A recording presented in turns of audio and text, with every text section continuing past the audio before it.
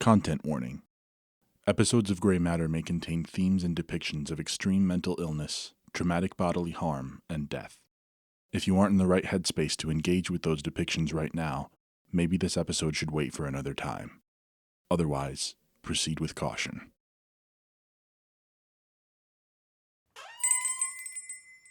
Hey, welcome back to Gray Matter.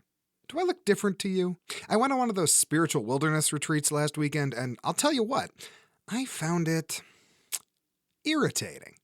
But hey, I learned a lot about myself, specifically about my maximum tolerance for trail mix and kumbaya, and I returned to god-awful civilization as a new man. Well, more or less. It's funny, the things that change us. Good things seem to have almost no lasting effect, while bad things stay with us, in us, forever. The body keeps the score, as they say, and there are so many folds and ridges inside our squishy little brains for all that trauma to soak right in. Whether it's adrenaline or anxiety, unhelpful neural pathways that take years to unlearn, or scars and broken bones, the damage done to us stays with us, wrapped around us like a blanket or sweeping through our mental defenses like a cold wind. We each change in different ways, and none of us can stay the same, even if we desperately want to. But there are some events that change us all. This tape is called Chrysalis, and it's about a group of people in the aftermath of an incomprehensible trauma who are forced to confront the reality of what it may turn them into. Enjoy, and good luck.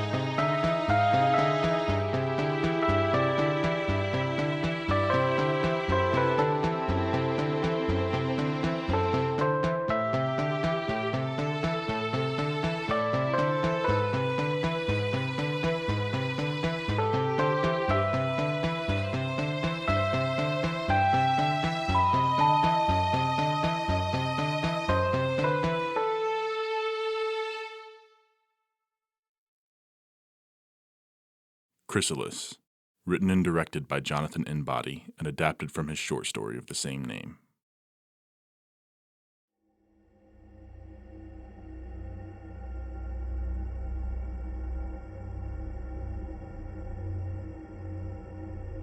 When I was learning to be a paramedic, my instructor told me that a life can change in an instant, and that we, as first responders, couldn't take that instant for granted.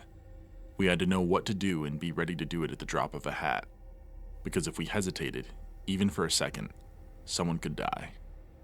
Unfortunately, that job also paid $13 an hour. So, instead of performing CPR on old men that collapsed in front of their easy chair while watching Jeopardy, or giving tracheotomies to kids choking to death on dinosaur-shaped chicken nuggets, I was working as a web designer for some shitty corporate startup. I wasn't really happy, but who was? And I knew from experience how expensive health insurance could be on the open market, so I settled. It was peaceful, approaching boring, and part of me almost missed the days of 24-hour shifts and gas station energy drinks that tasted like battery acid. Almost. I was lucky, though, in my own way. I had an apartment with a roommate that I didn't completely hate and only partially resented, a view of the city skyline from my bedroom window, and a calico cat that laid down on my keyboard whenever I tried to work from home. In a city that never slept, that was a lot to have. It was a cool spring day as I walked to work that morning, the soft rain pattering off of my jacket and music playing in my headphones, and the streets around me were full. Some people were heading to work with grimaces on their rain-streaked faces. Others were walking dogs or pushing their kids in strollers, and a few had the telltale mix of confusion and awe that instantly gave them away as tourists. The city was alive under a sea of colorful umbrellas, each one moving past the others in lilting, twirling lines, the shoes of their holders dragging bits of mud into cramped taxis in the over-designed lobbies of expensive buildings. It was the sort of morning that had happened a million times, and in other circumstances would have happened a million more. Suddenly, as we walked and rode and drove and stood, the cloudy sky darkened above us and the soft rain stopped, I looked up, letting the last few drops hit my face, and watched as a massive shadow disappeared from sight in the clouds behind a line of skyscrapers. The soft rain fell again, hitting the ground all at once as if someone had pulled back a tarp, and with it came a sudden, fierce wind. I slid forward on the wet sidewalk and caught myself on the side of a building, then looked around to see who else had noticed. I swapped a confused look with a man at a hot dog stand, then shrugged at an old woman sitting under a bus shelter and reached up to pause my music. I slipped a headphone out and listened as the crowd moved around me, people brushing past my shoulder or bumping into my dangling arm. Maybe most of them hadn't noticed, or just didn't want to acknowledge it, but I felt the hair on the back of my neck stand up as the huge shadow suddenly returned. It soared through the gray clouds, wider than the street, and as it passed over me, I felt the rain patter to another instant stop. Then, in a second, it started again. That thing, whatever it was blocking it. This time, more people took notice. A car screeched to a halt just in front of a woman on a bicycle, who pulled her helmet back so that she could get a better look at the sky. After a second, she glanced over at me, a nervous look in her eye, and I got the impression that she was hoping I wouldn't look the same way.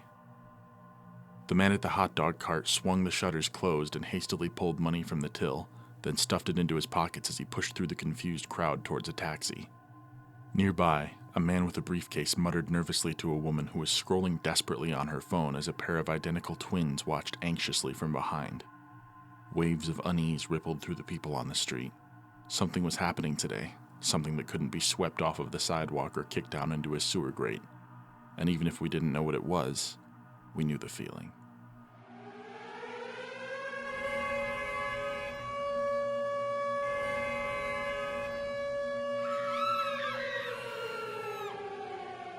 Everyone froze.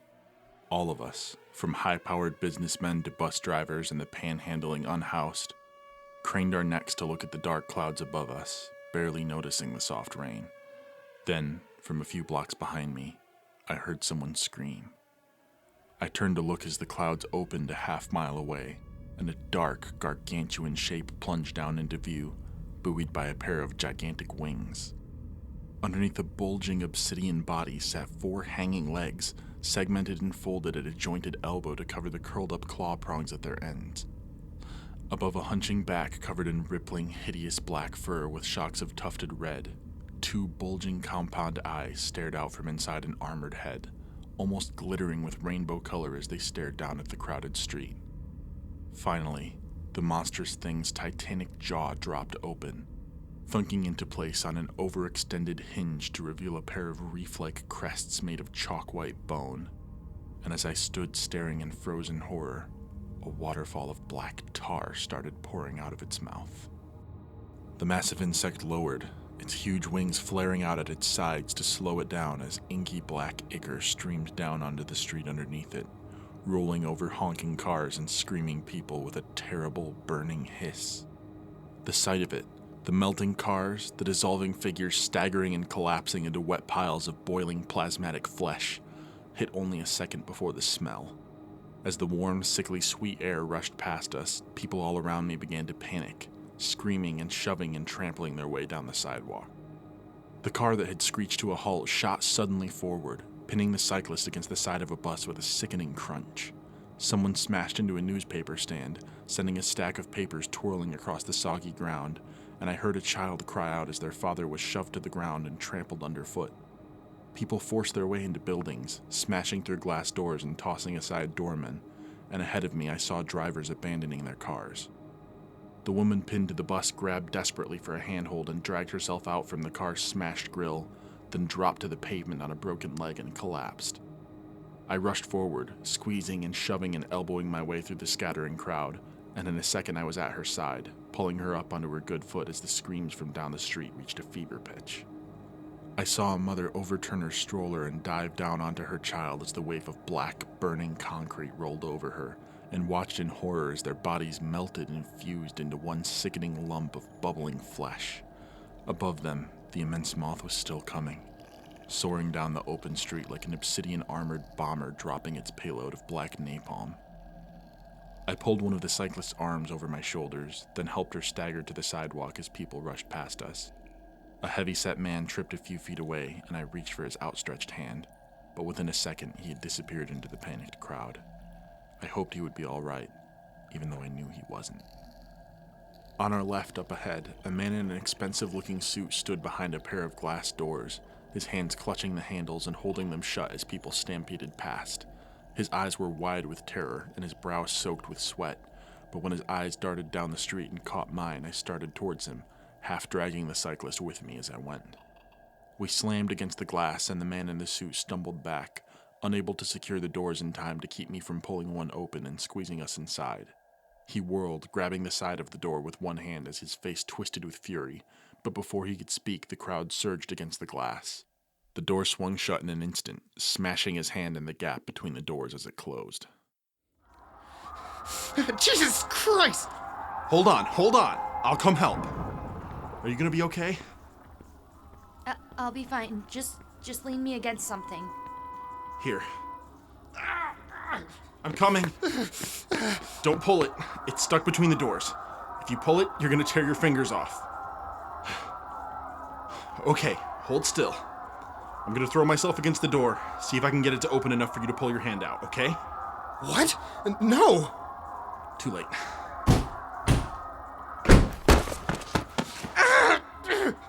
It's okay. What the fuck are you talking about? You broke my goddamn hand! You were gonna let us die out there.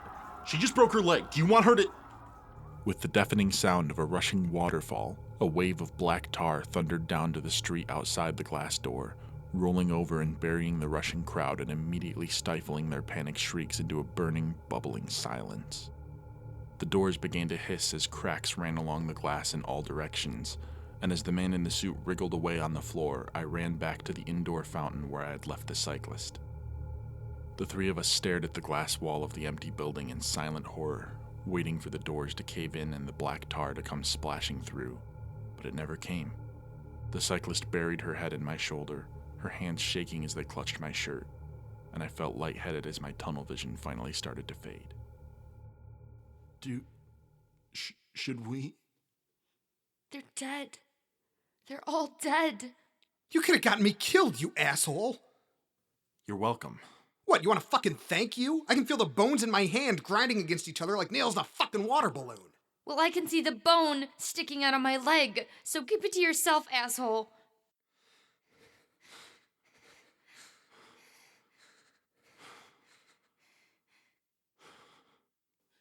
Okay. Have we all got that out of our system? Out? What the fuck is wrong with you? Did you even see that thing out there? Why the hell are you so fucking calm? I'm in shock. So are you. So is she.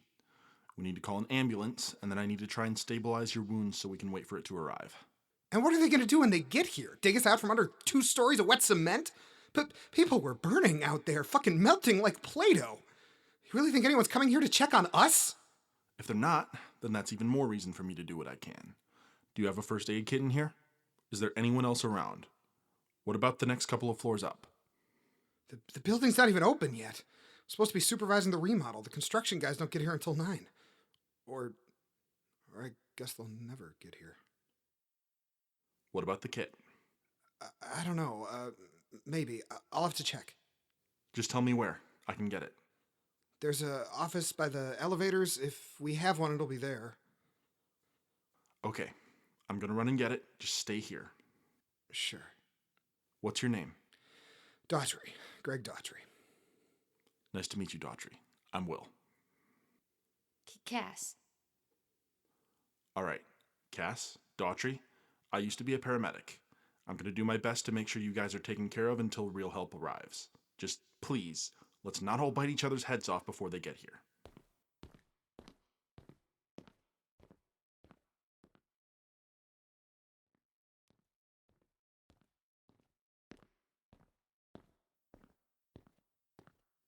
Try not to move your hand. Just hold it at your side.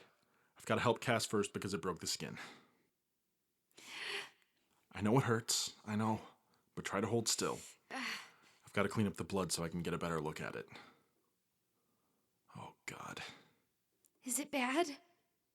Well, it's not great. Daughtry, forget what I said before. Can you dial 911 with your good hand? Yeah. Let me know when you get the operator.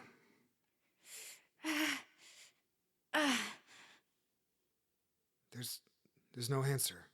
It's a busy signal.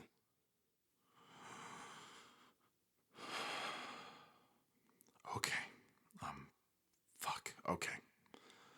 You said this is a construction area, right? Can you go find us a board or just a couple of long pieces of wood? I'm gonna have to splint this. What do you mean you're gonna have to splint it? We don't know when help's coming. I've got to close the wound so it doesn't get infected, and to do that, I need to push the bone back in. It's gonna hurt, but it won't kill you. An infection could. What's all this in the air? I followed his gaze past where the first floor opened up into a large atrium.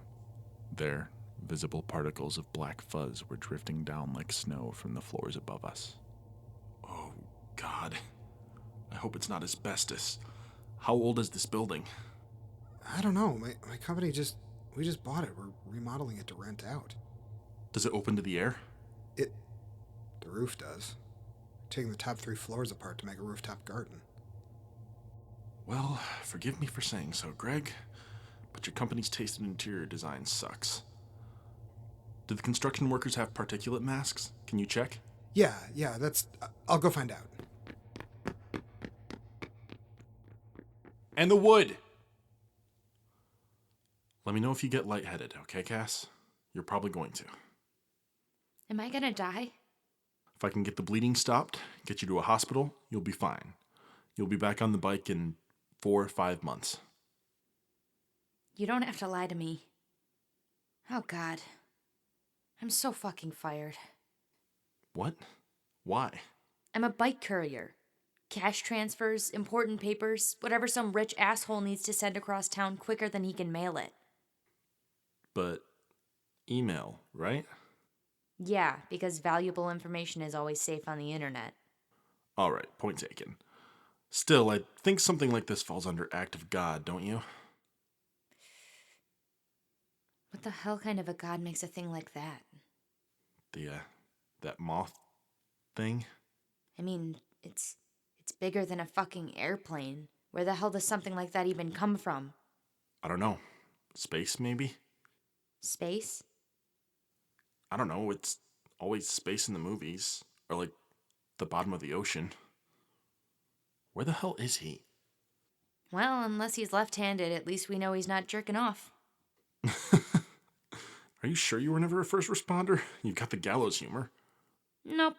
I'm just fucked up. Good to know. Do you really think I'm gonna be okay? With my leg like this? Do you think I'll even be able to walk again? Look, my entire job was just to get people to the hospital alive. What they do with them once they're there isn't any of my... Oh my God. What?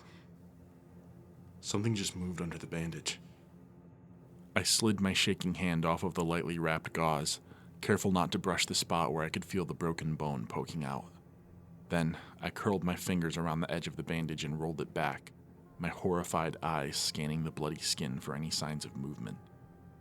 A gray finger poked out from inside the open wound, wriggling and gently scratching its nailless tip at the edge of the gauze. It looked smooth, undeveloped, almost slimy, and it curled and uncurled on its joints like a curious worm as it felt its way around the torn flesh and bloody bone. Cass, don't look. What is it, Will? I can feel it moving down there. What is it? I don't... Another probing finger pressed up from between 2 folds of bloody muscle, slithering out like a snake before straightening and beginning to tremble. Its twin bumped up against it and both fingers stiffened, then threaded around each other in blind exploration. My eyes moved to the tip of Cass's broken leg bone, where the marrow on the inside was visible. To my eyes, it seemed to be growing black fuzz. Holy shit! I jerked my head up to see Daughtry standing in front of us, a few wooden boards tucked under his arm and 3 N95 masks dangling from one of the fingers of his good hand.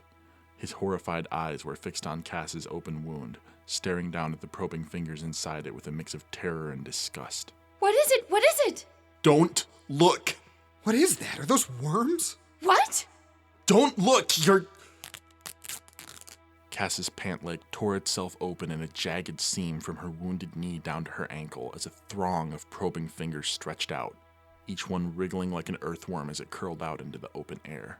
She looked down and started screaming, thrashing and spasming in a horrified panic, swatting at her leg with both hands as I tried to stop her. One of her hands smacked against the side of her exposed bone, and she gasped, throwing herself back against the wall at the sudden agony. She sputtered then, her hands weakly pawing at her wriggling leg as her face went white. What's happening to me? I don't know. You gotta cut it off. You gotta cut it out of her. Cut? No, that's my leg. You can't. No one's cutting anything off, but you have to calm down and stay still. I don't know what's going on, but I know that panicking about it isn't going to help. My hand's changing colors. Does that mean... No, it's just the bruising. Just blood pooling, okay? Let's keep our heads. Keep our heads? What the fuck is coming out of my leg? Ah! Cass's leg bulged, poking up at countless points underneath the surface of her skin. Meanwhile, the visible fingers began to wriggle over each other, knitting themselves into tangles of mottled flesh like organic chainmail. Black discharge oozed up from the holes where fingernails should have been, seeping through the lines of stitched-together fingers like honey in a beehive. It's killing her. I'm getting the axe. What? You can't just... I'm not... It's killing her, isn't it? It's spreading? I don't know. Well, please don't let him do this. Don't let him take my leg. It might not even be her talking, Will. What if it's inside her brain already? We don't even know if it'll go to her brain. No, that dust, that stuff in the air, it's spores. She's infected, Will. She's gonna infect us. You can't know that. Please, Will, it's me. I'm me. I swear to God, I'm not. I'm still me. Maybe he's right, though, Cass. Maybe we have to cut off the leg, or... Hold her down. I'm gonna go get the fire axe. Wait, Daughtry, don't... Okay, come on, I'm getting you out of here before he gets back. But the doors. I don't care about the doors. We'll go up. But my leg. We'll try the elevator. Come on.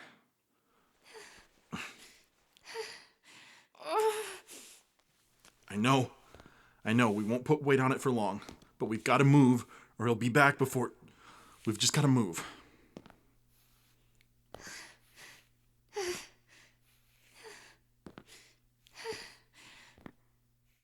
Oh, thank God.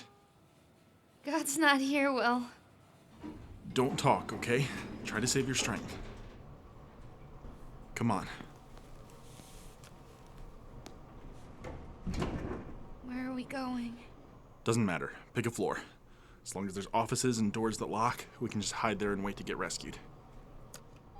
Nobody even knows we're here. We'll call 911 again once we're settled. They'll be on their way, Cass. A flying monster just napalmed half of downtown. I've got to walk again. I'm sorry. Oh my God. Across the empty office, lit only by the soft light filtering in through the wall of floor-to-ceiling windows, I could see the city.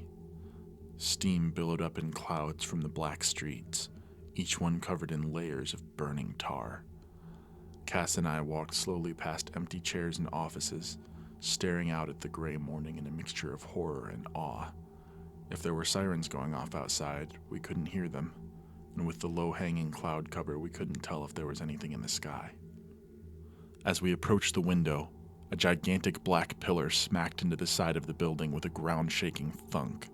It twitched then, and slid up the surface of the window to reveal an enormous five-clawed hand at its end that pressed up against the glass. No, not claws exactly. More like fingers. It was one of its legs, that thing from the sky. I fearfully stepped forward and looked out the window, then craned my neck up as far as it would go.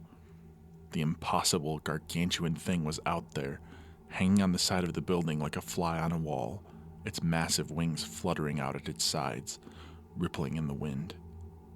They seemed to be glowing somehow, a network of sinuous veins pulsing slowly between white and red on the opaque, fleshy surface as waves of black dust drifted down from their fur-covered edges.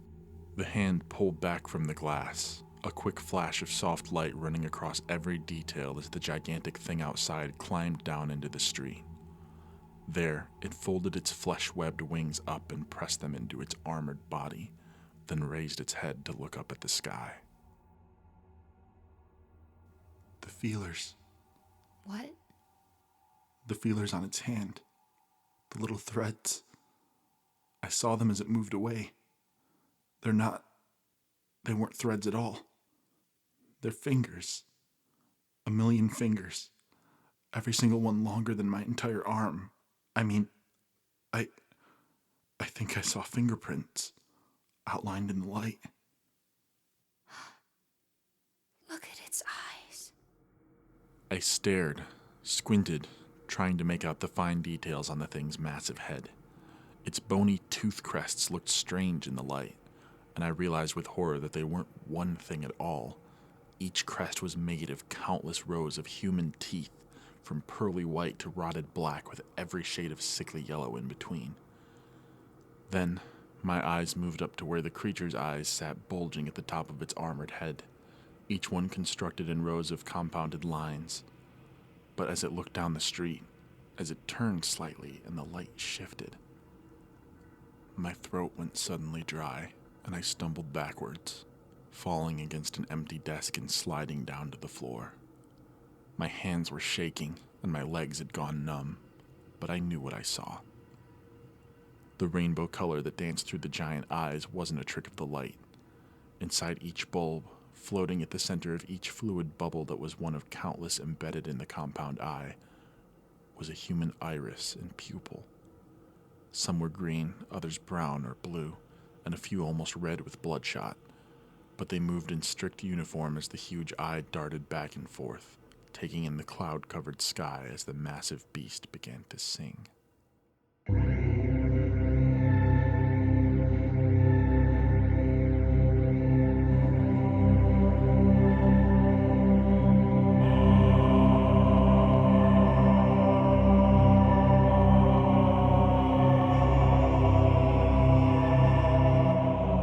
The thrumming whale song echoed through the streets and buildings, making the plate glass in front of us tremble as we listened in horrified awe. I was wrong before, Will. About what? God is here. And he's alive in me. The back of Cass's shirt tore open as her shoulder blades folded out, pulling long, flat sails of opaque flesh up and out to her sides. Her wings fluttered up and down as tendrils of jet black hair sprouted along their edges and encircled the ovals of thin flesh. And when she turned her face to smile at me, one of her eyes was filled with blood. I can hear it, feel it in every part of me. It's beautiful, pure joy, like a warm hug. Cass, please, don't listen. You don't have to let it change you. But I want to change. No! We've got to kill it, Will. No, please. Daughtry brought the axe down into Cass's shoulder, half lopping off one of her flesh wings as she staggered back. Her injured leg rippled with activity as countless fingers writhed, but as Daughtry raised his axe again, I saw a familiar look move across her face. Please, I don't know what's happening to me, but don't kill me. Daughtry swung the axe down and I kicked an office chair into his legs, knocking him out of the way as the axe clattered to the floor. I grabbed Cass and half carried her towards the elevator in a stumbling run. Blood was pouring down from the thread where her wing was now barely attached, thick and almost black in color, and as she started to cough, I saw a fleck of black spit land on the floor in front of us. I pressed the button for the top floor, then pulled her into a tight hug as she started to sob. I could feel her shaking, ran a comforting hand over the back of her head as her hair fell off in stringy clumps, and by the time the elevator doors opened to the penthouse floor, her entire body was cold. She raised her head to look at me, her eyes black with inky tears. I don't want to do this, Will. I don't want to be different. I don't want to be the way it wants me, but it makes me feel like I belong. It feels right. We'll figure something out, okay? Just try to stay calm. Come on, he's coming. We have to move.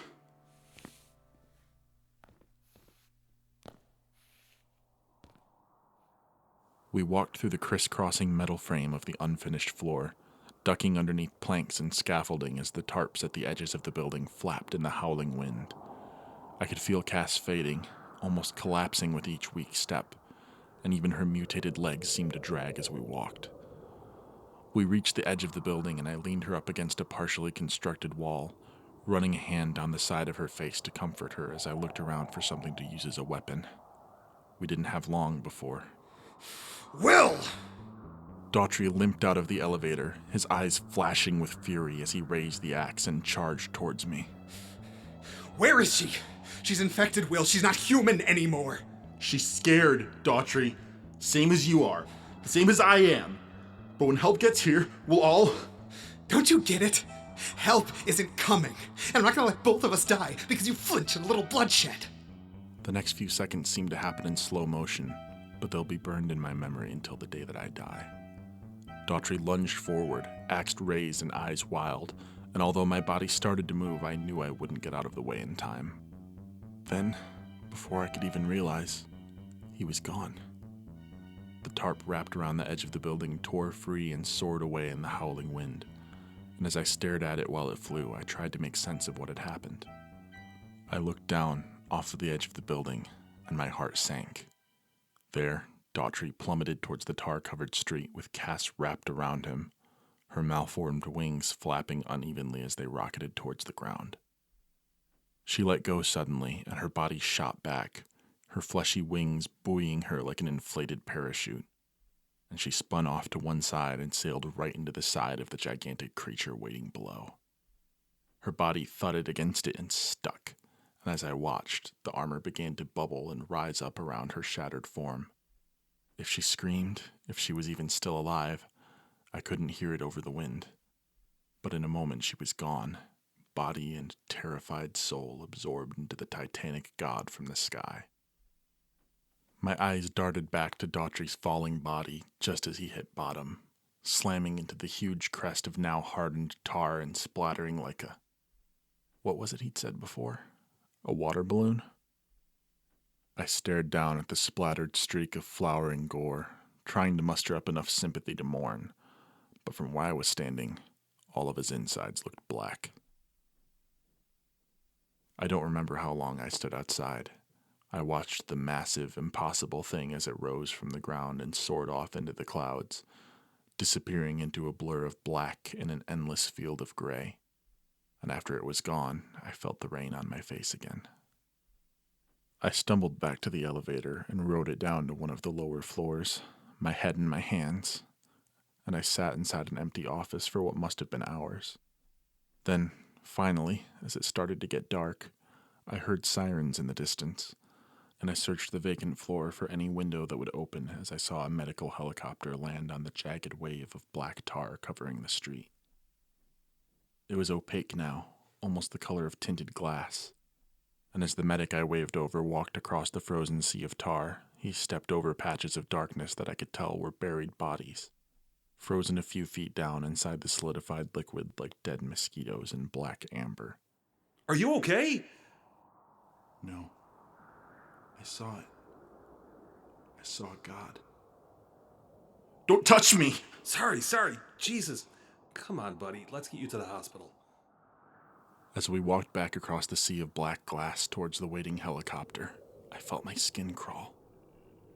How could I feel the tip of a finger brush against my skin ever again? How could I ever look someone in the eye?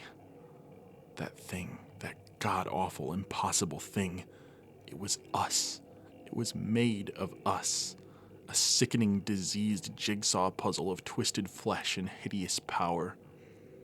But as my mind turned it over, a haunting possibility rose up to take its place. What if it wasn't made up of us? What if we, all of us, were nothing more than unrealized pieces of it? What if God really did make us in its own image? The question wriggled through every fold and crease in my brain like a grave worm. How could any loving touch be anything less than the slice of a serrated knife to me now? How could I run my fingers along my skin without the feeling that I was nothing more than raw materials twisted into an all-too temporary shape? Just before I got into the helicopter, I felt the black glass crack beneath my shoe. I could hear it again. Melody's wail song rising up from inside the solid tar in 1,000 thrumming voices. The black shapes underneath us were moving now, twitching and writhing in misshapen birth, and as they began to crawl towards the surface, I felt an insane laugh rise in the back of my throat. Monsters built from human parts, not born, but made, constructed to the designs of a higher purpose. I shrieked with uncontrollable laughter, tears streaming down my face as the things below us emerged from their black cocoon. They were ready now, ready to hatch, ready to eat, swarm, reproduce, just as the people they used to be had done. Out with the old and in with the new. Things would be different now. The world would be different now. It was the end of days. Glory, hallelujah. And there was nothing left that any of us could do about it. Nothing but pray and hope things changed.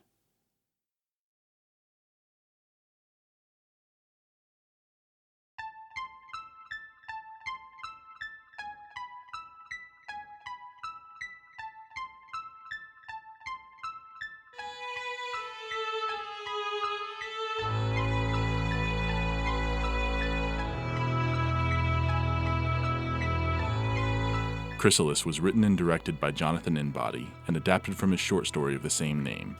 It was edited by Jeffrey Lavin, with music composed and performed by Samantha Hunt. Will, the narrator, was played by Quinn. Cass was played by Samantha Hunt, Daughtry was played by Jonathan Inbody, and the medic was played by Eric Miller. Gray Matter is a Word Search Media production. Any similarities to real people, places, or things is purely coincidental. Be kind. Rewind.